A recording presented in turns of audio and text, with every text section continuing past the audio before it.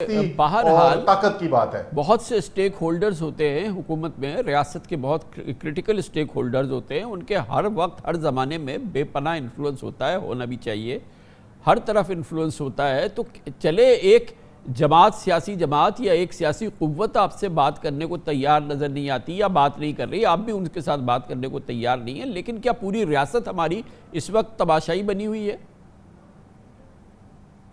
بہت اچھا سوال ہے. آپ اگر کوئی بھی اس وقت پاکستان میں اس وقت اس پوزیشن کے اندر ہے کہ وہ فیصلوں کے اوپر اثر انداز ہو سکتا ہے، تو اس کو اس وقت پاکستان کے بارے میں بے تحاشا تشویش ہونی چاہیے اور ان کو کوشش کرنی چاہیے کہ کوئی حل نکالنے کی طرف جائیں اور تمام فریقین کو بشمول ہمارے تمام فریقین کو اس صورتحال کو دیکھتے ہوئے فیصلے کرنے پڑیں گے.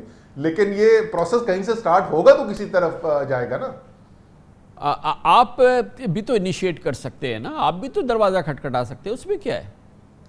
دیکھیں میں تو آپ کے سامنے بول رہا ہوں، ایک سیکرٹری جنرل ہوں پارٹی کا، میں کوئی ایک انفرادی کوئی پارٹی کا ممبر بھی نہیں ہوں. میں تو سیکرٹری جنرل پوزیشن، میں اس وقت پبلکلی آپ کے سامنے کہہ رہا ہوں کہ انتہائی تشویشناک صورتحال ہے. اور میں آپ کو بتاؤں اس بات کا عمران خان صاحب کو ادراک ہے. ابھی 2 یا 3 دن پہلے بنی گالہ میں ہم بیٹھے ہوئے تھے، ان کے ساتھ دو ہی اور لوگ تھے اور ہماری ان سے بات ہو رہی تھی اور مجھ سے پوچھ رہے تھے اصل تم نے IMF کی رپورٹ پڑھی ہے؟